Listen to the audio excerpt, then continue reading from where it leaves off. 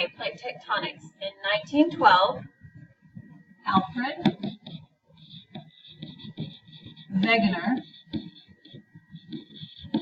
proposed that all continents were once joined in a single landmass called Pangaea. He proposed a theory called continental drift.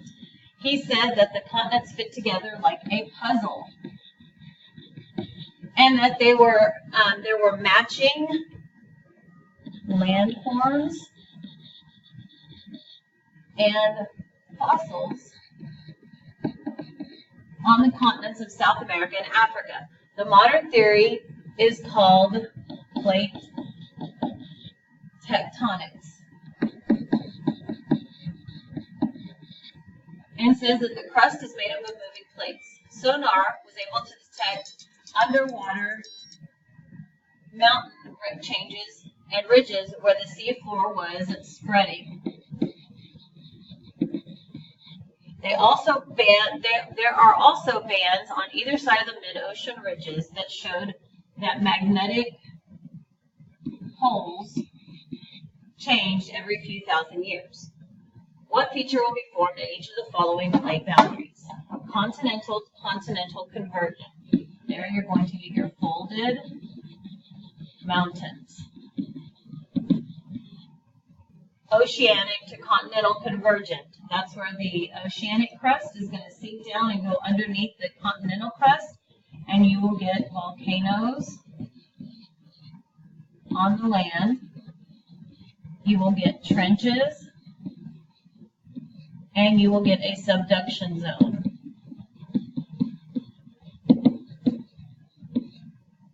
Ocean to ocean convergent. Here, one of the ocean plates is going to go underneath and submerge.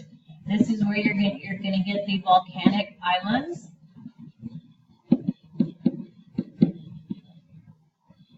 Like in Hawaii or Marianas Islands. You will get trenches. And of course, you still get your subduction zones.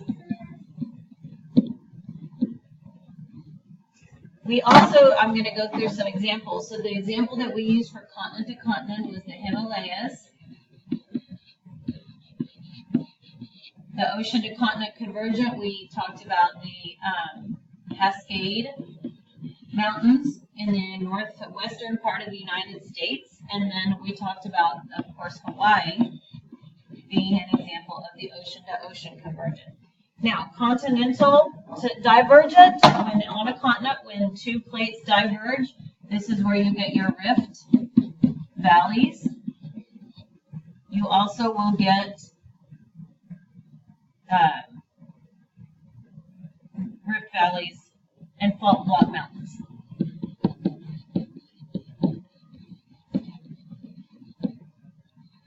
We saw this in the African Rift Valley. We saw this in Africa and in Iceland.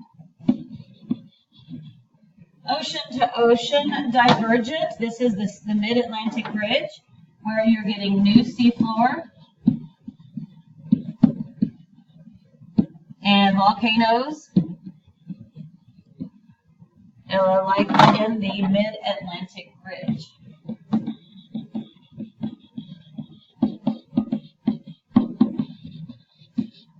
And transform boundaries, of course, the most famous one, the San Andreas Fault. Here you are going to get faults and earthquakes. Like the San Andreas Fault in California. Okay, topographic maps and satellite views. What is the contour interval for this topographic map? Let's see, we have a 500 right here. Here is 550. So between the 500 and the 550, it would be 510, 520, 530, 540, 550. So then the contour interval must be 10 meters, which is most likely to be located on a plane, A, B, Y, or Z. Here is A, here is B, here is Z, and here is Y. Well, here we have, it looks like a hill. So we see the circle right here, color. So this right here indicates the top of a hill. Here we've got another top of a hill right here. And A, B, and Z are all located on the side or near the tops of hills. Y, however, is located on this area where these contour lines are far apart. So that is going to be the flattest area in this map. So definitely Y is going to be the one that is located on the plain. Where is the most likely a valley created by water erosion? When we're looking for erosion, we're looking for those V-shaped lines. So I see the V lines here.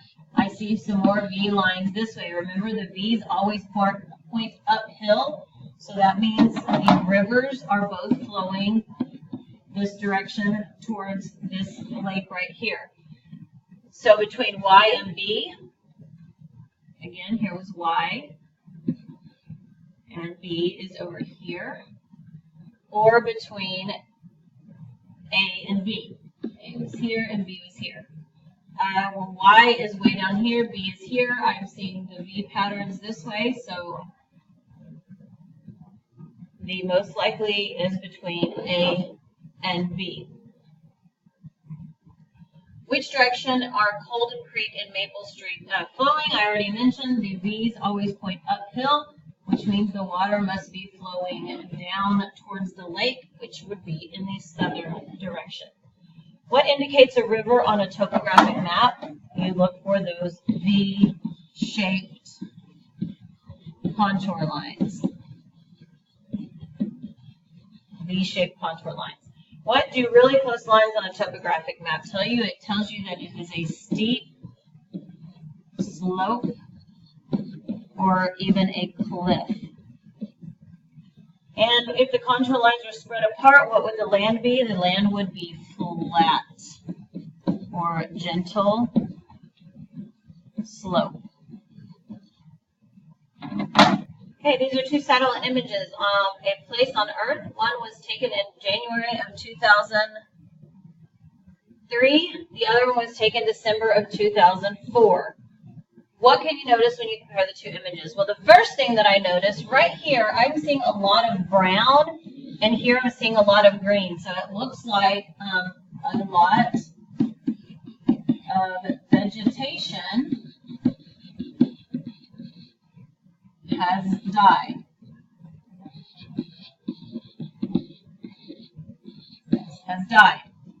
That's the first thing I noticed. The next thing I'm noticing is that it looks like the beach in this area has gotten much bigger. So more sand, a larger beach,